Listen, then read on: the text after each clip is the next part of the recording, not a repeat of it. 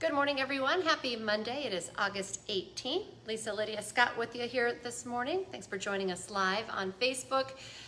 Remember, you can watch it anytime. It stays on your feed throughout the day. So whenever it works best for you, or listen to it as a podcast. Also, just go to inform.com/podcasts and look for the Inform Minute. All right, today, this morning at least, feeling pretty Monday-like with a little misty fog in the air and just kind of that dreary feeling. It's very gray outside. Even if you don't have the fog or the mist, you have low clouds for the most part, and so everything's just kind of moody on our Monday morning.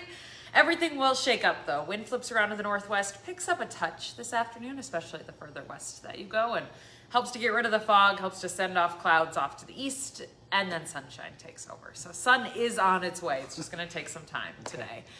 Temps end up 70s, near 80 further out to the west, closer to 70 in the east. A little bit muggy for all of us, and it's the mugginess that you're seeing in the form of mist, drizzle, fog this morning. And we keep our temps into the 70s to near 80, but our dew points in the 60s to near 70, which is pretty sticky air. So that feeling's not going away. We'll watch for a pop-up afternoon thunderstorm, I'd say south central North Dakota, where there is a level 1 risk for severe weather.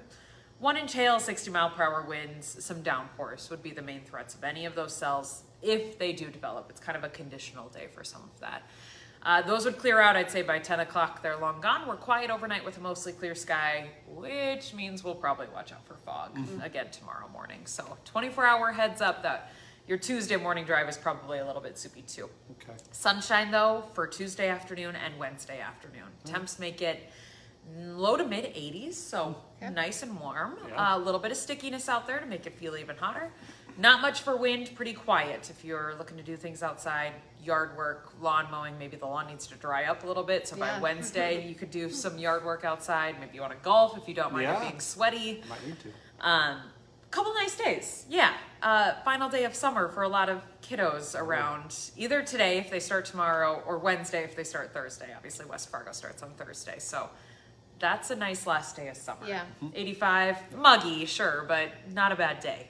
Good to jump in the pool in the lake one more time before heading back to class. Thursday then is hot and sticky. It's actually the day where our heat and our humidity peak.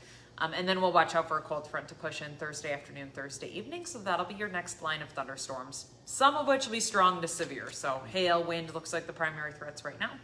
Probably some really heavy rain too, just with how muggy it is. The atmosphere here and those storms can work with all of that moisture and bring down some really heavy rain. So we'll watch for that. Once we make it to Friday, we're on the other side of the cold front. Our humidity goes backwards. Temperatures end up in the 70s and even low 70s on Saturday, Sunday. Kind of a cooler weekend. But smoke is my next concern then after that cold front. I think things get a little hazy Friday, Saturday, Sunday. So we'll talk about air quality and all of those concerns as we inch our way closer to the weekend. Okay. That's about all. Thanks. Good to know. Thanks, Lydia. Well, right now we're working to find out the names of the victims in what Moorhead police say they believe is a murder-suicide. Police say it happened around 4 Saturday morning at the Midtown Manor Apartments. We do know a 53-year-old and a 21-year-old died from gunshot wounds. Police say the two did know each other. The Ramsey County Medical Examiner's Office will identify the victims after their autopsies.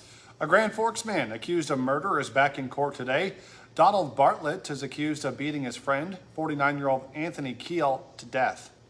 Bartlett claims that he was acting in self-defense. He has a status conference this morning at 9 o'clock, and his jury trial begins tomorrow. The UND community is mourning the death of one of its former basketball players. The body of Dang Mayar was found at a reservoir southwest of Salt Lake City. He drowned after struggling in the water with another man. The other man did make it to shore. Mayar did not. Took several hours to recover his body. He played at UND for 2 years. The Fargo Fire Department responded to reports of oil or some other fuel-like substance in Rose Coulee on Sunday afternoon. The coulee is near 40th Avenue and University Drive South. Now, they weren't able to determine where exactly the substance was coming from, but they were able to contain it just to that coulee and did not get into the Red River. So that's some good news. Today, crews will break ground on the new North Dakota State Hospital in Jamestown. Governor Kelly Armstrong will be leading the ceremony along with state legislators, health and human services officials, and community leaders. The new facility will provide 141 treatment beds for people in need of mental health services. The state has budgeted $300 million for construction.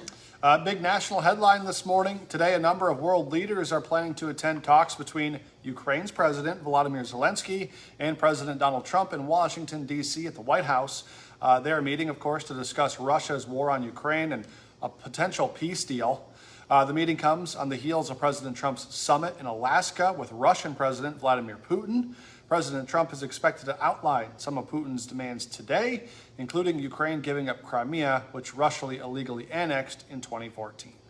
Hot Mic with Dom Izzo coming up 9 to 11 on WDAY Extra. Game week has arrived for high school and college football. Dom will preview a couple of big games that will kick off the football season, plus a big weekend for a pair of former Bison quarterbacks in the NFL preseason. We'll get an update on the 20 former NDSU players trying to make pro rosters. Hot Mic is live from 9 to 11 on WDAY Extra and streaming on Inforum.com. And don't forget, for just 99 cents a month for your first 3 months, get an all-access pass to our website, Inforum.com. Just go to Inforum.com/subscribe and you can get that deal. Join us for our next newscast. It's coming up at 11 this morning, and then this afternoon we start again at 4, 5, 6, 9, and 10. And we're back with First News tomorrow morning from 5 to 7, so be sure to join us then. Have a great day.